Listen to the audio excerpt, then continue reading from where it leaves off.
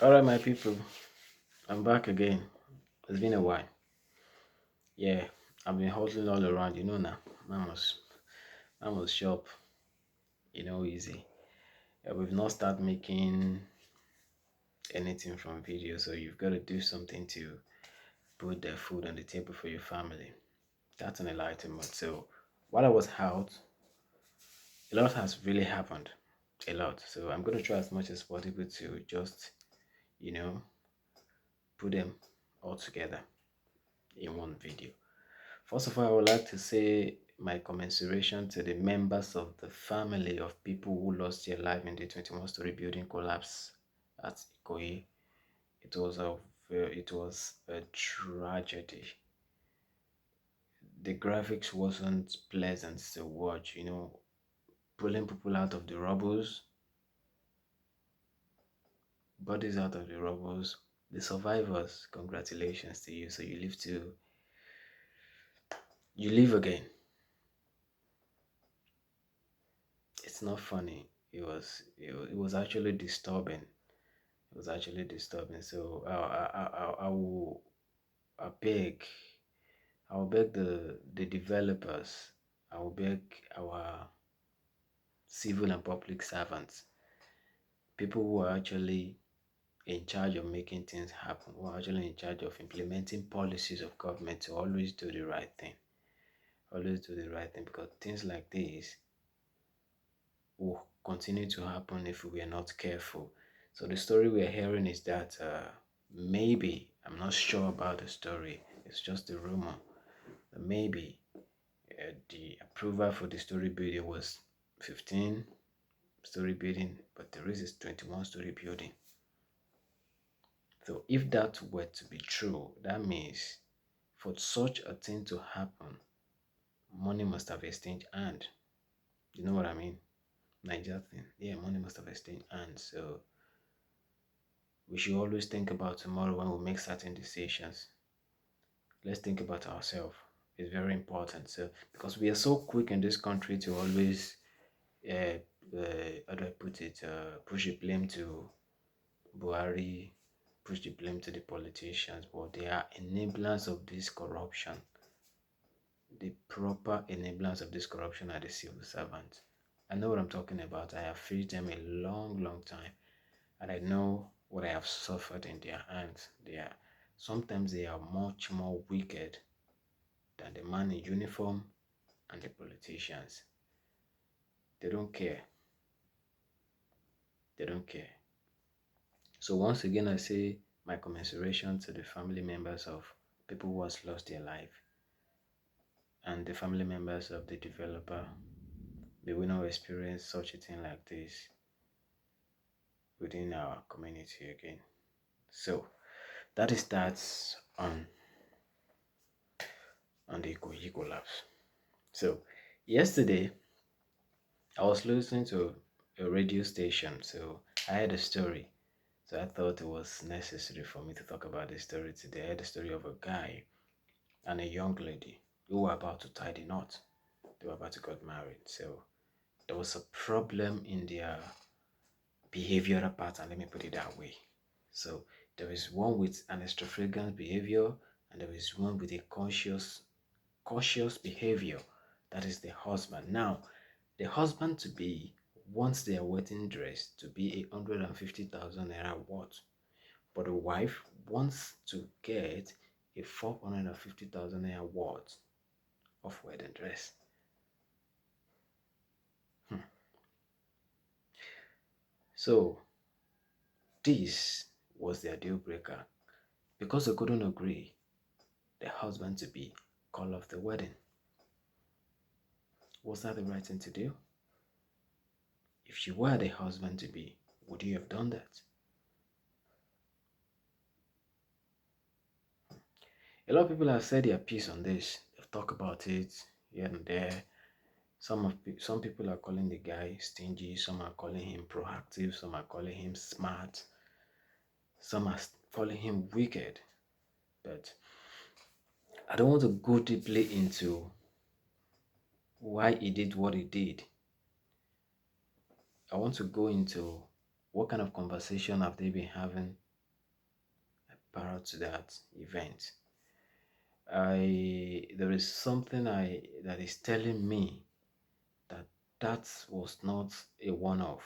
I might be wrong, all right, don't quote me, but something is telling me that that may not be a one-off thing. Probably she has been doing things that are similar to that. She has been extravagant. She has been too expensive for the guy to manage. And that particular event just happens to be the last straw for the guy to say, you know what, I can't continue with this. If that were the case, well, it's difficult to judge. So, but in my own opinion, when I'm looking at the situation, I'm saying there is no right or wrong way to deal with this, because to right or wrong is subjective. Because to some people, 450,000 is chicken change, they can afford to do it. Why to some, it's a big deal. So the question now is, don't you guys know each other very well? Don't you know the financial capability of your husband to be? That will be the question. And to the husband itself, don't you know the extravagant life that your wife loves to live? You know, when two people are in love, there are a whole lot of red flags here and there that we just ignore because of love. You understand?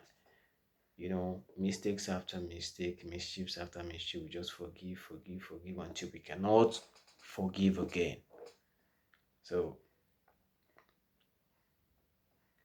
I just think it was, if it's not a one-off, if this thing has been happening before, I do not think in my own, I do not think I will have done that. I do not think I will have waited to the point of getting married before I, you know, back off. I wouldn't have done that because that would have been too emotional. I would have done it before that. So that's it. But if, as a lady, if you're really so particular about getting that 450,000 naira plot, fine, it's all right. That's what you want for your day. But why don't you just work and make the money and buy the clothes for yourself? I understand marriage, relationship, it's a partnership. Okay, we have this because of our the African in us, the feeling of entitlement that we always have in this part of the world is the reason why our women, our ladies are always falling victim of bad guys. Because they do everything financially for you, and at the end of the day, what do? They think they hold you. And one quarter or the other will happen between you. What you will hear, the narrative you hear out there is after how much I've spent on you. Hello, nobody is forcing you to spend on her. You spent on her as a show of love, no matter how much your gift cost, okay? No matter how much your wedding cost. It's because you can afford it. It's because you have put yourself in a position to be able to do it alone, okay? If you think and you know that this is a partnership and the other partner, the other person to you, have a say in that relationship, you guys will come together and talk about it. Conversation in relationship or wedding is very important. Yeah, it is very important. And one thing you don't play with when you guys are together, one thing you don't play with is creating a boundary. That this is the line you don't cross. And you start that from your courtship moment. You create a boundary. So I don't think this situation now is all about what happened that particular day. I, in my sincere opinion, feel as though it's been happening for a very long time. You know, one thing, this one, that one. So it's just a compilation of things that have been happening that the guy cannot just cope with again.